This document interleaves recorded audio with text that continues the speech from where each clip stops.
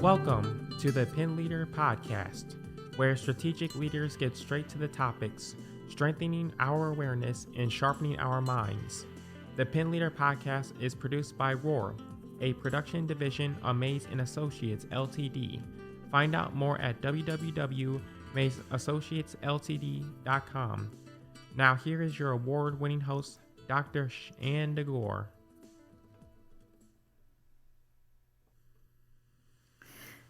Well, hello, and thank you everyone for tuning in to our PinLeader podcast. I'm very excited to have a wonderful guest with me here today. I want to do her introduction and her bio justice. It's rather lengthy, but I will try to do my best. And she is an amazing leader, so we're excited to have her on the show. She is now a co-owner of Armstrong Steel Erectors and a prior owner of Ebony Construction for more than 20 years. She's also the president of the Empowerment Group. She's been a strong advocate for a number of programs in the diversity space and businesses. She's been known and has testified actually before Congress, before the House Transportation and Infrastructure Committee.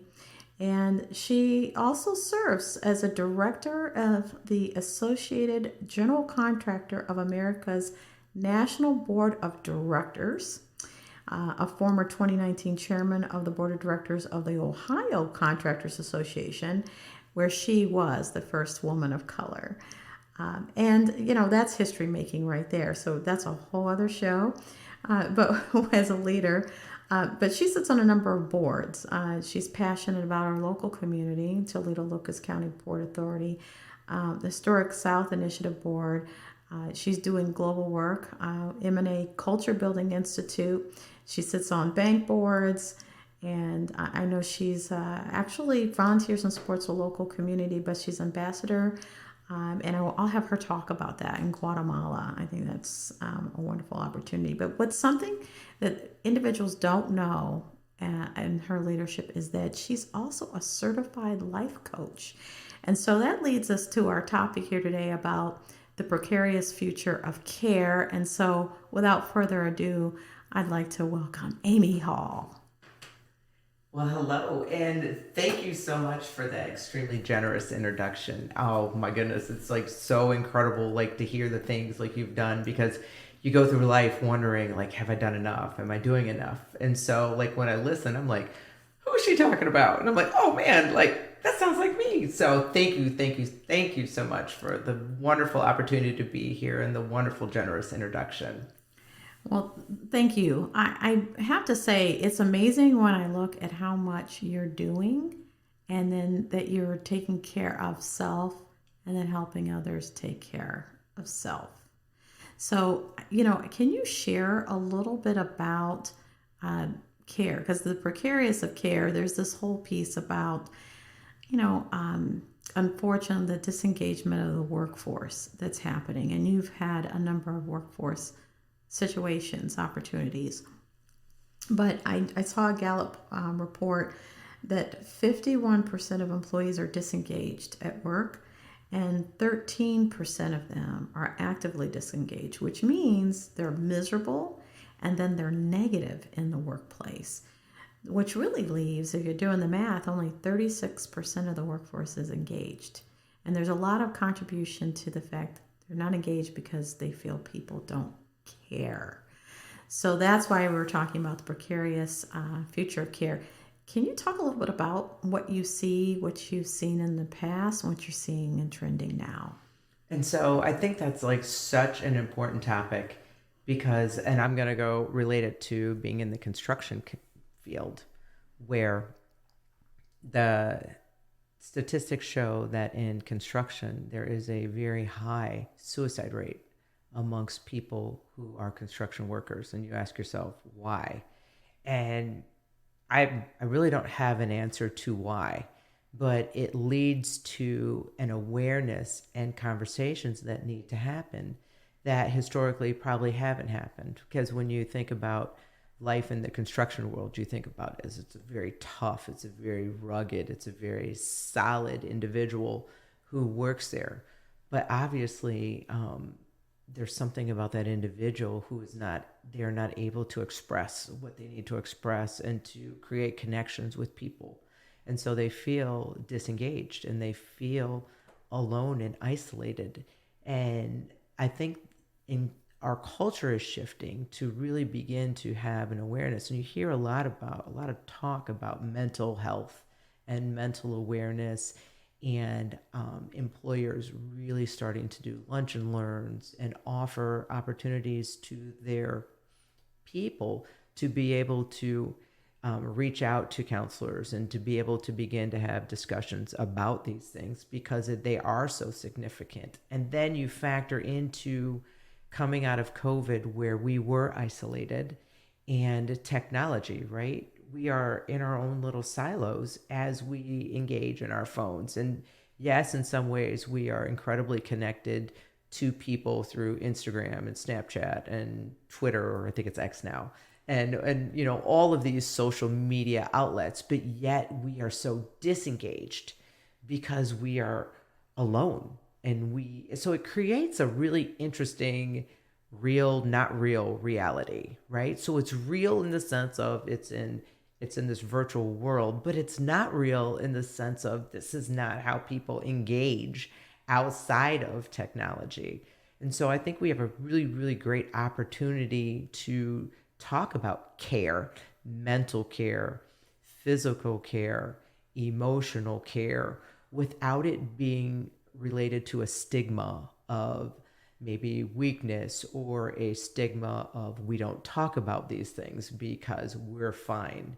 And at the end of the day, we're not as fine as we think we are. And sometimes we are. Sometimes we are fine. But that doesn't mean that we don't need to have an outlet and we don't need to be able to create connections with people. And I think care comes with connecting. So when you're connected with people, you feel a different sense of groundedness and a different sense of community in a day and age of isolation and silos. So I think care is a great, great, great topic to be talking about.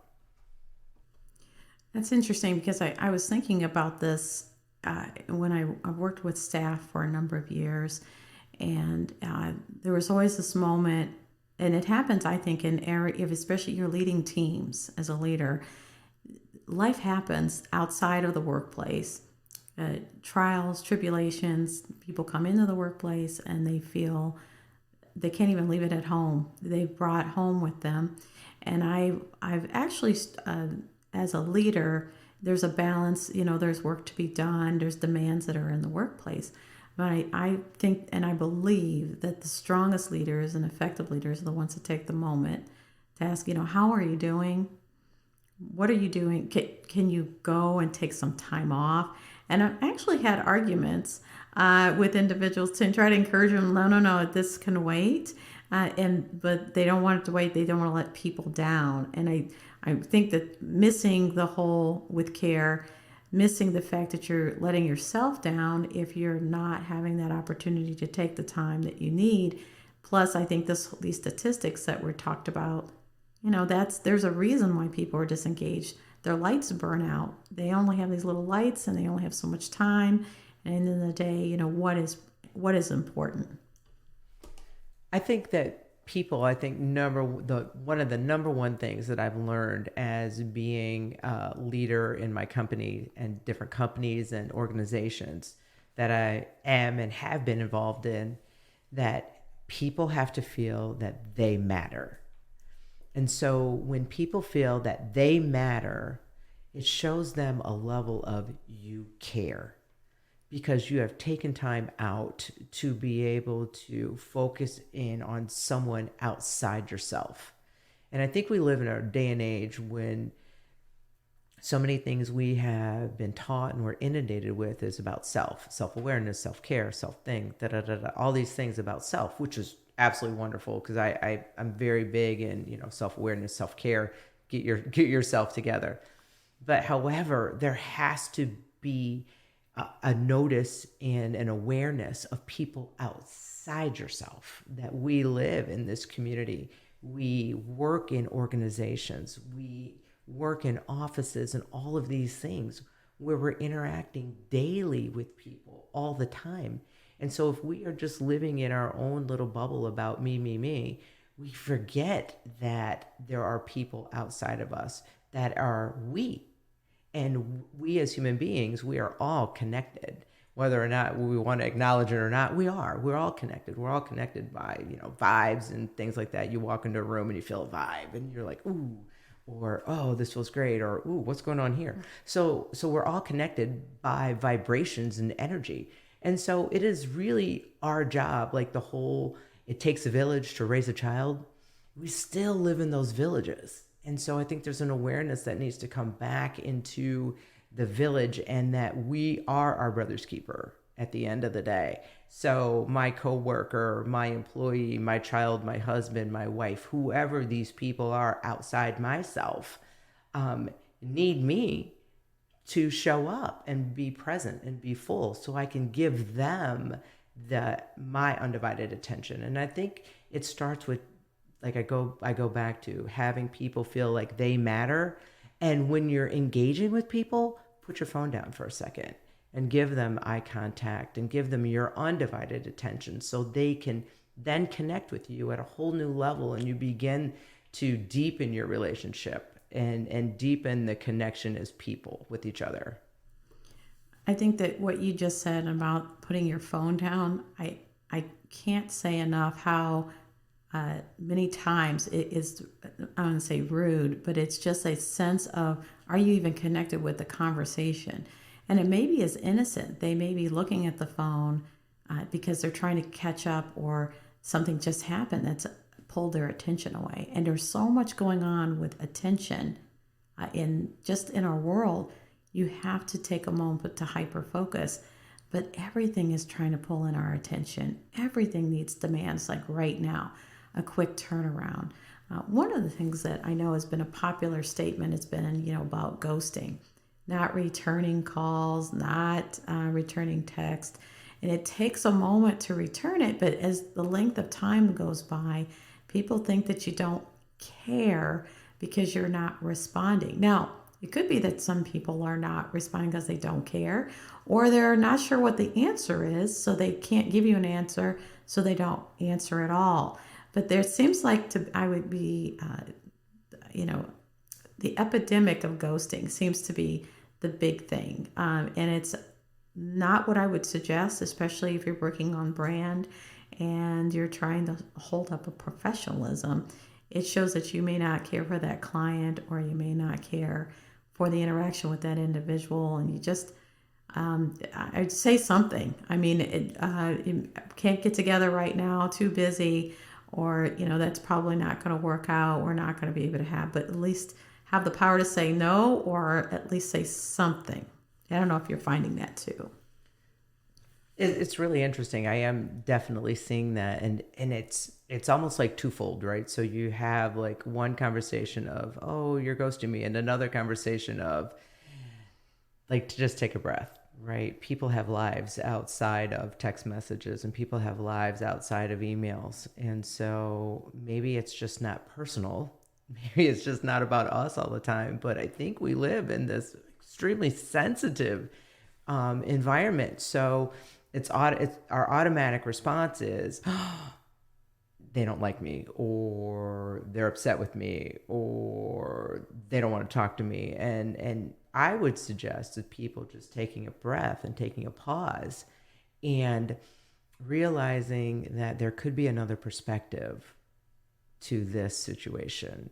And so maybe somebody hasn't responded back, but that doesn't mean they're ghosting you. Maybe they just have so much on their plate that their emotional capacity is tapped out at that time, and that they will get back to you as soon as they are functionally and humanly possible and able to. And so I think it really gives us a great opportunity for us to get out of our perspective and looking at things and always like labeling things as good or bad or this or that, and walking around a situation, looking at it from another perspective, and being able to say, oh, you know what? Maybe I shouldn't take this as personally as it is, or whatever. Maybe let me look at it from here, and oh, you know what, that's right, that person is going through here, or they're traveling, or this and that and that and that. So I think that's one way to look at it. And then on, the duality in life, and on the same breath, I think there's an awareness of the person who's not responding. I think they need to have an awareness of what this means to the person on the other end of the conversation and how they take it. And so to your point, just say, not able to talk right now. I'll call you when I can. Or to answer your question, yes, we can discuss at a later date. And so I think there's an awareness that needs to come on both sides and both perspectives. So the originator of the text message or whatever has an awareness that maybe life isn't always so personal. And then the person on the other end needs to make it a little more personal, right? For the other person. And so they can say, okay, you know what? It might not be that big a deal to me. However, I know my friend, I love my friend, or my coworker, I need to maintain this relationship. And to your point, is professionalism. So let me just respond back in a way in which it might be short and sweet, but at least it's an acknowledgement of what they have done. So I think it's a balance between the two. I think the fact that we even have a name associated with this says that it has become more. When I first heard it, I didn't even know what it meant. I said, "What does this mean?" And I think that you're right. I think even trending. I think back 20 years ago, Mom, you just didn't get a call back, so you didn't think about. I'm like, okay, and you may not have pursued the individual, or you didn't. Wasn't, but with the age of social media and the texting and all of those pieces of immediate, almost a gratification of getting a hold of someone. That's also when you look at, as a leader in a workplace, the demands of the workplace may say, well, I need you on call. Well, what does that mean? There's got to be boundaries, right? So if it's not answering that text, it's because there's a boundary could be set as well. And so if the leader doesn't recognize the fact that it's too intrusive, and especially if you're trying to get workforce to stay, individuals have choices where to work.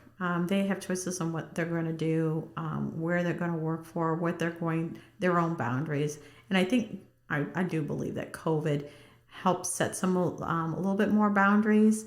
I think back in my neighborhood, I saw more people out enjoying life because they were kind of shuttered in. And so I saw people that I hadn't even seen before in my neighborhood. I'm like, that's my neighbor? Oh, I've never seen them before. And so I just, looking at the situation, and then when COVID and not being locked down, people went back to the lives. Some of them went back, but many people did not. And so, can you speak? You're a global traveler. Guatemala, that's a passion that you have. Can you speak to that? Because that's a whole other part of you, and is part of you, and makes you, again, a great leader, because you have this part of giving back. So can you talk a little bit about that? Oh, Guatemala is just an incredible country. I have had the privilege and the opportunity to be a part of a hospice, and the hospice is for children with cancer. And I went there, I think it was like 8 years ago now, and just fell in love with the kids, fell in love with what's going on, and fell in love with the idea of that these children are in their end stages with such dignity, and not only dignity, but they were awake and they were aware and they weren't sedated. They were just not in pain. And they were there, able to be there with their families. So they had mothers and siblings there. And then there was one little boy, I remember when we went around, and my children were with me actually. And there's one little boy who didn't have parents. And he was there, and a social worker was sitting with him. And so as you think about this little boy, he clearly understands that he is at the end of his life. And he is sitting in a room, not just by himself, but, not with your mother or your father or your siblings. He's sitting in the room with a social worker. And it just touched my heart in such a way that I just felt so connected, and I felt like I wanted to do something. Like there was something that I can do to help the hospice continue what it is doing at no charge for these families. So this hospice runs on all private donations. And the medical care comes from the National Children's Hospital that is in Guatemala City. That is by far second to none, very similar to St. Jude's Medical Center. And some of their protocols are equivalent. And so these kids who unfortunately don't go into remission, their cancer has become terminal, are able to have their end days in a beautiful place amongst like green gardens and playgrounds and rooms that are just light and bright and filled with just joy, as much joy and peacefulness as that can happen. And so it's just each child has a different story. And another story was one young man. He was 21, and we were there, and we got a chance to meet him. And his biggest concern was, number one, how his parents are going to be when he passes on, and his car payment, because he had a car. And so he wanted to, make sure that was paying for his car, but he's in hospice. And so it's just those things where people are concerned about their parents and their families, and not even about themselves. There's no pity about poor me. It was just like, I feel so bad for my parents. And so when you think about that, and you think about in our companies, and you think about parenting, and you think about relationships, you think about getting outside yourself to be able to care about things bigger than you. And I think that's what the hospice in Guatemala allows me to do, is to care about something and some people that are bigger than myself, that are in a different situation in which maybe I can take some aspect of what I've been so blessed and so grateful about, and be able to share with them the blessings that I've been given. It's interesting about the little boy and just becoming aware of where you are at the end of life, and hoping that, probably in his heart, hoping someone would care enough to have the time and the resources to help him. And just hats off to you on so much work that you do, travel, and you make a point of that global perspective. I think that, in leadership, we talk about, I always refer to the three facets of the strength of character, being able to weather the storms, and being sharp, and having experience, and the education when needed to get the job done. But there's also staying the course, being straight, knowing where you're going with your planning. And that's very thought out. It's not like you did it on a whim. I'm going to Guatemala and I'm going to take a look. You did your research, you knew, you observed, you got in it. And I think that's very important. I think as leadership, that effective leadership is to make sure to get in it, to experience it, so that you can go in and then make good decisions. Because how would you know if you were just watching online? You wouldn't have experienced it by, going there and feeling what was going on in the space. And just you telling the story, I could visualize what was going on with that little boy. I was one of the biggest pieces, again, with this engagement and care, if you could give advisement, and I think you were talking about with the workplace specifically, and if you could give like 3 pointers to leaders that are out there, they're struggling to find workforce, that I know a number have come to our firm. We work with, strategic planning and leadership development, but we work on building culture. It's one of the biggest concerns is, can you help us find a fit? Those that would be interested in working in our culture, our environment, our workplace, and then how do we keep them, retain them? So if you could take a moment and just, what in your experience, if you've been successful in so many areas, Could you please point out a few pointers for us, top 3 at least? Absolutely. I think and I said this earlier, I think the number one thing is people have to know they matter to you as a leader. And they have to know that at the end of the day, that work is not just work. You really want to create a culture of family because everybody wants to belong and be a part of something. And so when you feel that the person who you are looking at or who is, running your organization cares, you feel like you matter and that what you do matters. And I think that number one is number one. I think number 2, we as leaders have to be able to have a flexibility and not just a rigidity of this is the way we've done everything before. And so therefore it was successful. It was successful for my grandfather. It was successful for my mother. It was successful for me. And I think there is some truth to that. I think you have to take some of the components that made businesses and people very successful. I think you have to do that. But also recognize we live in a very dynamic day and age.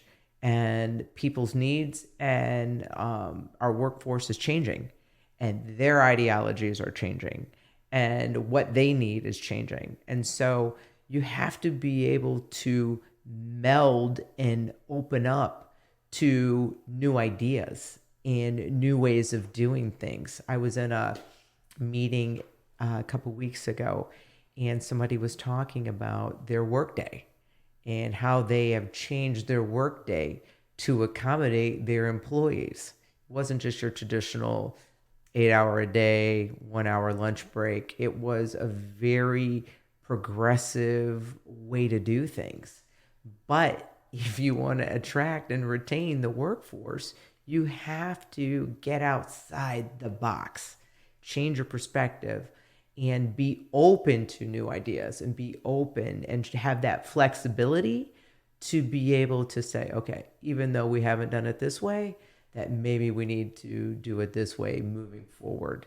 And I think the third thing that a leader, especially nowadays, needs to do is realize that this is not about me. That people look and listen. And so your actions and your words have got to line up and mirror each other, because what you say and what you do has tremendous power, because people are watching, and they're watching all the time, and they're looking at you. And so there has to be an integrity, there has to be authenticity, and there has to be this synchronicity between the two of those pieces, what you say and what you do, because otherwise you're not believable, because your actions might say this, but your words say this. So which part of you do they believe? They don't know what to believe. And so then people start making up stories, and then the story becomes their reality and the truth. And therefore, then you start losing employees, and employees start talking, and it becomes very cancerous. So as a leader, your integrity and who you are has to line up at all times. What you say and what you do have to mirror each other. So that right there, that straight's very clear. There's no warping off to the left, to the right, staying focused. And I think that making sure, especially with your nonverbals, especially when you're talking about care, your nonverbals, that you get your back turned to somebody and, I really care about what's going on with you. And you're not even you're not engaging with them, and you immediately ask them when you're going to get the report in. I mean, that is that is the opposite of definitely where you want to be and how you want to be viewed, and that hurts, brand, especially as a leader. So that has been great, and I know more is coming from you, Amy, as you've got so much going on with the different organizations and the empowerment group and different podcasts that you're actually doing. And I'm very excited. And you're a great partner of May's. We enjoy all the work that you do. And I want to encourage anyone listening, lift people up, encourage individuals, encourage your team members as well. I think that's part of care. It's part of care. So with that said, I want to thank you again for joining me. And I want to thank our listeners for tuning in. I have to say, we really appreciate the listeners we have. Remember to always get straight to the topic point, strengthen your awareness, sharpen your mind whenever possible, and of course, lean on shows like this for podcasts. So we hope that you're subscribed. So at this time, and until next time. The PinLeader podcast is hosted by Dr. Shanda Gore and brought to you by Mays & Associates Ltd., creating customized solutions for growth in the areas of leadership development, strategic planning, and culture building. Find out more at www.maysassociatesltd.com. Don't forget to subscribe to the PinLeader podcast and share with others.